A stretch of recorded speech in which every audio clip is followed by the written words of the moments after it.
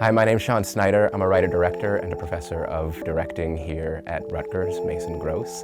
These are my must-haves when I am either writing or directing.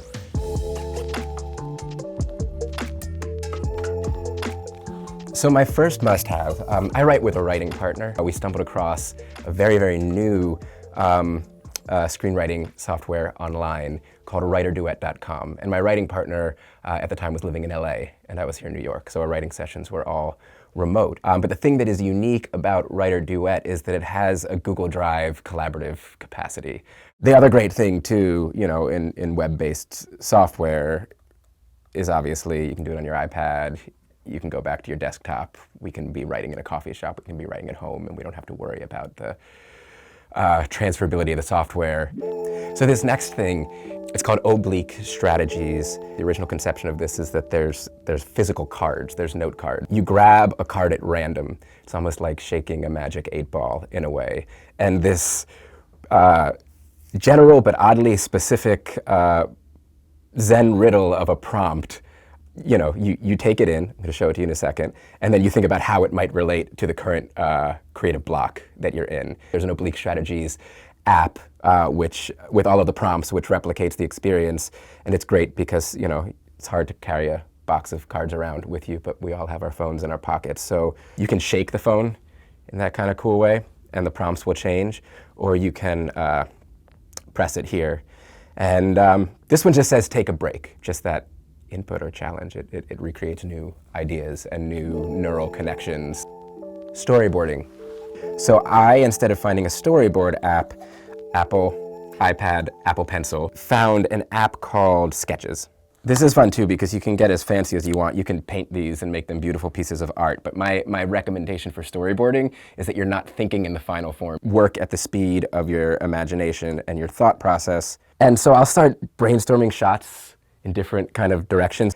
And I advocate storyboarding because it lets you start to see how shots relate to each other, and it's not necessarily the order that they're going to end up in, especially if you have the luxury of time of collaboration, that bringing in things that are this loose, like, starts to oil the machinery of your connection and your conversation. The next item is going to be, if you've been in one of my classes, like, the clipboard is, you know, it's kind of my favorite thing, clipboard, paper, and pen. But on the clipboard, you know, you want to be present in the scene, and you do, all of film is doing all of this prep work, trusting that your collaborators have embodied it, that the machine is going to run. And so what we have here are the sides from the day. These are the scenes that we're shooting, so they'll print out mini versions of the sides, cross out the scenes that you're not shooting, and you'll be able to, in the order of, you know, the intended order of shooting, see the scene at hand. Here on the cover, we have the call sheet. Call sheet has lots of useful information on it. Different departments will use the call sheet for different reasons. A floor plan is basically like a bird's eye blueprint of the set as it is. And you have your shot list, but it's where you're going to place the camera based on the action. This just lets you understand the space and how you're moving around the space. It helps for geography, practical time management, and all of that stuff, you know, backs into the artistic vision. The film that I made before To Dust was a 11-minute short film with a DSLR camera. I was acting and directing in it, and it was, you know, a DP, a sound guy, and my writing partner who was kind of doing double duty as an AD and kind of double checking my own performance, and another single actor. Flash forward a couple years, and it was To Dust.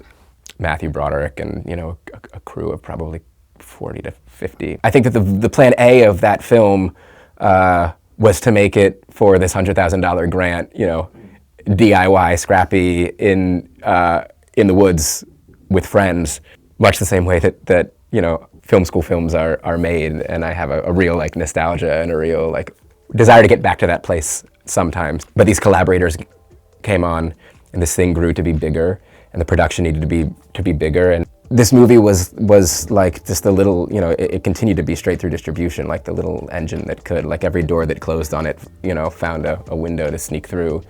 That never gets easier, but that's part of the beauty of it, because every project is its own beast, is its own exploration.